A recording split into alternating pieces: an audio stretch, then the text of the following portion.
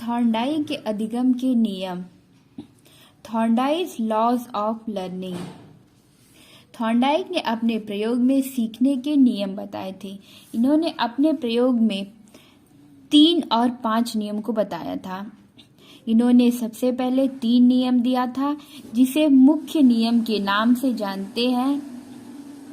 इसके बाद इन्होंने 5 नियम दिए, जिसे गॉड नियम के नाम से जानते हैं। तो थॉर्नडाइक के 2 नियम हैं, एक मुख्य नियम और दूसरा गॉड नियम। तो जो मुख्य नियम मुख्य नियम में 3 नियम है और गॉड नियम में 5 नियम है।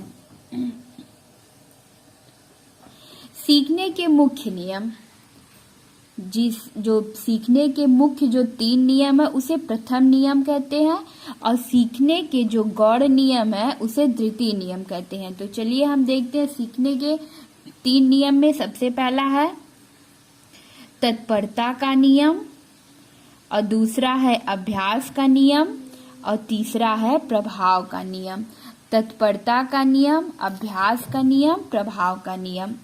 और जो सीखने के द्वितीय नियम है, जो सीखने का दूसरा नियम है, जिसे गौड़ नियम कहते हैं, वो 5 प्रकार के होते हैं।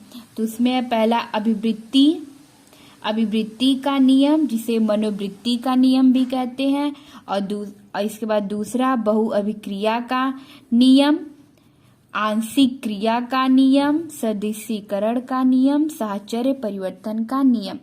ये 5 प्रकार के हैं। तो आज अभी हम चलिए पढ़ते हैं सीखने के मुख्य नियम में सबसे पहला जो था तत्परता का नियम।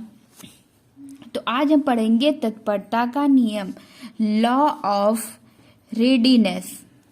तो चलिए इसमें देखते हैं कि किसी कार्य को बिना किसी बहाना, शिकायत और बहस किए बगैर खुद की स्वेच्छा से करना, वही तत्परता है।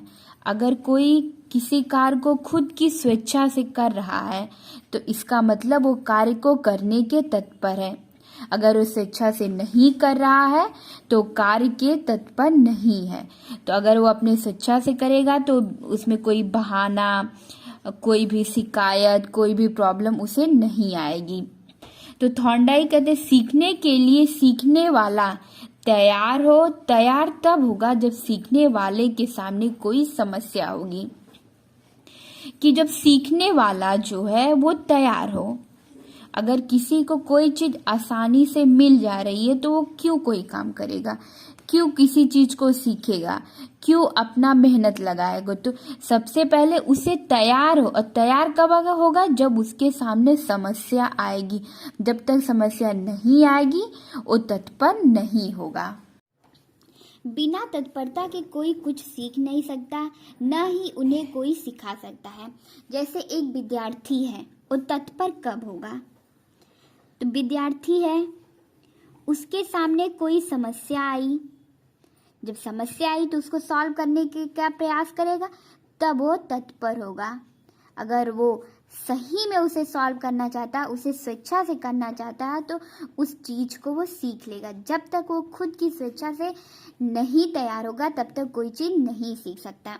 तो इसमें भी 2 कंडीशन होती हैं कि सीखने में संतोष मिला, अगर वो सीख रहा है, उसे संतोष की प्राप्ति हुई, तब तो वो तत्पर हो जाएगा। और सीखने में असंतोष मिला तो वो खींच उठेगा। तो इसमें सीखने में संतोष मिला तब तत्पर होगा, सीखने में असंतोष मिला तो वो खींच उठेगा। इस संतोष और असंतोष 3 बातों पर निर्भर करता है।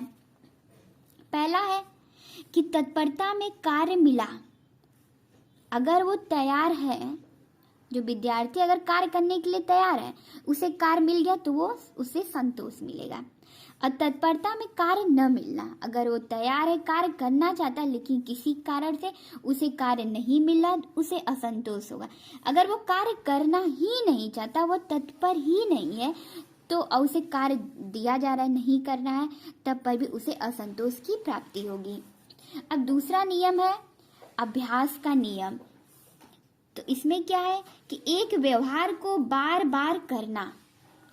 अगर किसी को कोई चीज सीखनी है तो एक ही कार्य को अगर बार बार कर रहा है तो वो उस चीज को जल्दी से सीख लेगा।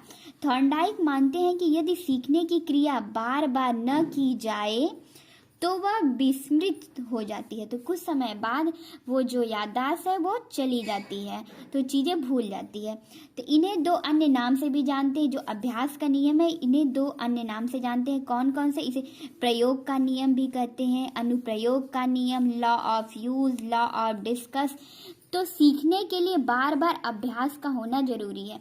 तो कुछ मनोवैज्ञानिकों ने इसकी आलोचना भी की है।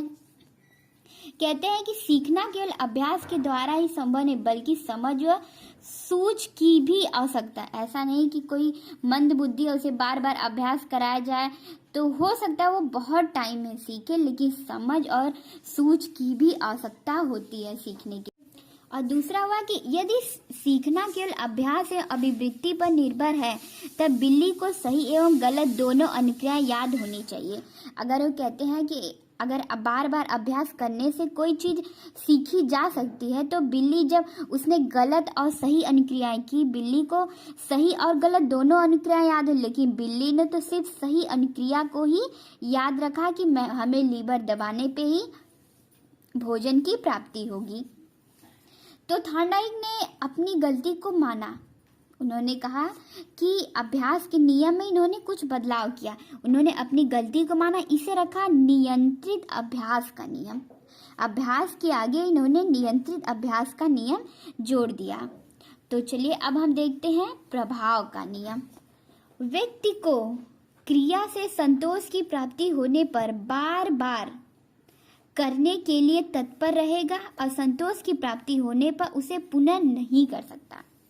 प्रभा, अगर हम कोई काम किए, उसे अगर हमें संतोष की प्राप्ति हुई, हमें अच्छा लगा, तो उस कार्य को हम बार बार करना चाहेंगे, लेकिन असंतोष की प्राप्ति होने पर उस कार्य से मन खींच जाएगा, उसे करना नहीं चाहेंगे। उद्दीपक और अनुक्रिया के जो संबंध है वो प्रभाव के आधार पर ही मजबूत होता है। अगर अच्छा प्रभाव पड़ा तो वे मजबूत होगा, अगर अच्छा प्रभाव नहीं पड़ा तो वे क्या हो जाएगा? कमजोर हो जाएगा। तो इसमें संतोषजनक प्रभाव से संबंध की शक्ति दृढ़ होती है। अगर संतोषजनक प्रभाव पड़ा तो जो संबंध है, उद्दीपक और अनुक्रिया का जो संबंध है वो दृढ़ होगा। अगर असंतोषजनक प्रभाव मिला तो वो कमजोर हो जाएगा। जैसे बिल्ली ने दरवाजा खोलने की क्रिया इसलिए सीखी कि अनुक्रिया के बाद उसे भोजन मिला। अगर उसे भोजन नहीं मिलता तो उसे असंतोष मिलता तो नहीं सीख पाती, लेकिन उसे भोजन मिला, उसे संतोष की प्राप्ति हुई, इसलिए उसने सीख लिया। तो इसमें आज भी इस नियम का पुरस्कार और दंड के रूप में आज भी होता है कि अगर इससे प्रभाव पड़ता है, अगर बच्चा अच्छा नंबर लाता है तो उसे पुरस्कार दिया जाता है, तो सोचता है और अच्छा करे, अच्छा और प्रभाव पड़ता है, वो उसे और बेहतर तरीके से करने का प्रयास करता है। सीखने के गौड़ नियम, इस नियम को द्वितीय नियम भी कहते हैं। इसे 5 भागों में बांटा गया। अभी पहला है, ऐसे बता दे रहे हैं, अभिवृत्ति का नियम, बहु अभिक्रिया का नियम, आंशिक क्रिया का नियम, सदृशीकरण का नियम, साहचर्य परिवर्तन का नियम। तो आज हम पढ़ने जा रहे हैं पहला नियम, अभिवृत्ति का नियम। आज हम पढ़ेंगे अभिवृत्ति का नियम, जिसे मनोवृत्ति का नियम भी कहते हैं। तो चलिए देख लेते हैं अभिवृत्ति मनोवृत्ति होती क्या है। किसी चीज के प्रति सकारात्मक सोच अभिवृत्ति है। अगर किसी चीज के प्रति हमारी सोच अच्छी है, सकारात्मक है, तो वो हमारी अभिवृत्ति है। और किसी घटना के प्रति अनुकूल या प्रतिकूल दृष्टिकोण या विचार रखना, वो हमारी मनोवृत्ति है। और थॉर्नडाइक क्या कहते हैं कि सिखाई जाने वाली सामग्री के प्रति सीखने वाले की अभिवृत्ति सकारात्मक हो या मनोवृत्ति अनुकूल हो तो वह जल्दी ही सीख जाता है। अगर जो चीजें सिखाई जा रही है उसकी अभिवृत्ति अगर सकारात्मक है और मनोवृत्ति उसके प्रति अनुकूल है तो वो जल्दी ही सीख जाएगी। तो हमें अभिवृत्ति और मनोवृत्ति को भी जान लेना जरूरी है कि ये होता क्या। तो अभिवृत्ति किसी चीज के प्रति सकारात्मक सोच, अभिवृत्ति और किसी घटना के प्रति अनुकूल या प्रतिकूल, जैसी घटना घटी है उसके प्रति हमारी अच्छी या उसके विपरीत, उसके अनुसार या उसके विपरीत जो हमारी सोच है उसे हम मनोवृत्ति कहते हैं। और दूसरा चलिए हम देख लेते हैं दूसरा है बहुअभिक्रिया का नियम। मनुष्य उसके सामने समस्या उत्पन्न हुई और समस्या उत्पन्न हुई तो उसे ही समाधान करना है। तो उसने समाधान के रूप में कई विकल्प को चुना, 1 2 3 4 को चुना। उसे सबसे अच्छा अगर 3 वाला लगा तो उस 3 वाले को ही सफल प्रयास करे, संतोषजनक सफलता मिली वह उसी का चुनाव करेगा। अगर उसने एक काम को की, इसको देखा नहीं ठीक लगा, इसको देखा ये भी नहीं, इसको देखा इसमें भी नहीं, इसको देखा इसमें भी नहीं, तो अगर इसमें सबसे ज्यादा, इस चारों में सबसे ज्यादा उसने संतोष इस कार्य से पाया, इस प्रयास से पाया, तो वो उसको ही बार बार करने का प्रयास करेगा। इसके बाद है आंशिक क्रिया का नियम, पार्टियल एक्टिविटी। समस्या के उत्पन्न होने पर उसे छोटे छोटे भागों में बांट देना। क ख ग घ अंगा थॉर्नडाइक मानते हैं कि इसे छोटे छोटे भागों में बांट दिए, इससे बड़ी से बड़ी समस्या जो है आसानी से हल हो जाएगी। तो यही आंशिक क्रिया का नियम। अब हम पढ़ेंगे सदृशीकरण का नियम। इसका मतलब एनालॉगी, समानता। समस्या के उत्पन्न होने पर उससे पूर्व अनुभव जो हुआ है उसका अनुसरण कर। समस्या उत्पन्न हुई, उस पूर्व अनुभव और वर्तमान अनुभव से तुलना। इसका मतलब हुआ कि आज वर्तमान में समस्या उत्पन्न हो गई तो हम इससे सीखेंगे कि ऐसी समस्या हमारे पूर्व में भी कुछ हुई थी, तो उस समय क्या किया था, तो उसे याद आएगा अच्छा हमने इस समस्या को ऐसे सॉल्व किया था।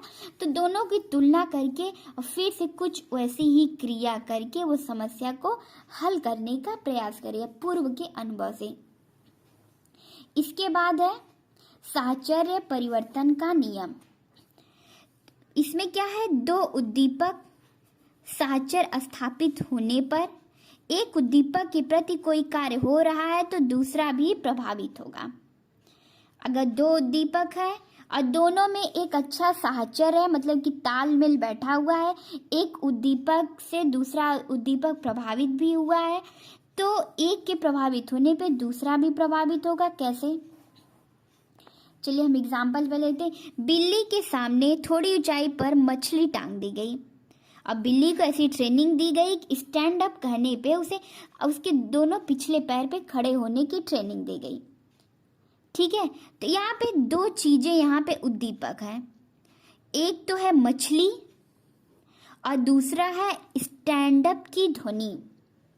ये दोनों ही मछली है और एक दूसरे से ये प्रभावित होंगी। जब बिल्ली खड़ी होगी तो मछली और स्टैंड अप दोनों प्रभावित होगा। तो इस प्रकार से हम कह सकते हैं कि 2 उद्दीपक में अगर अच्छा साहचर्य स्थापित है तो एक के प्रभावित होने पर दूसरा भी प्रभावित होगा।